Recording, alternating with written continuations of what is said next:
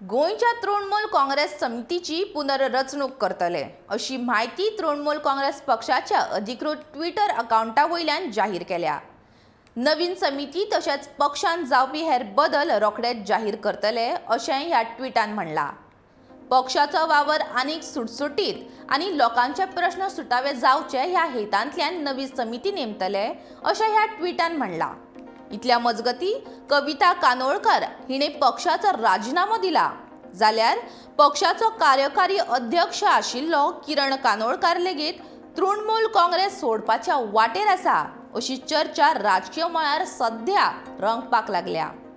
इतल्या मजगती तृणमूल काँग्रेस गोंयांत निकतीच रुजता कशी दिसताना पक्षांत जावपी हे बदल सध्या राजकीय चर्चेचे विशय थारल्यात।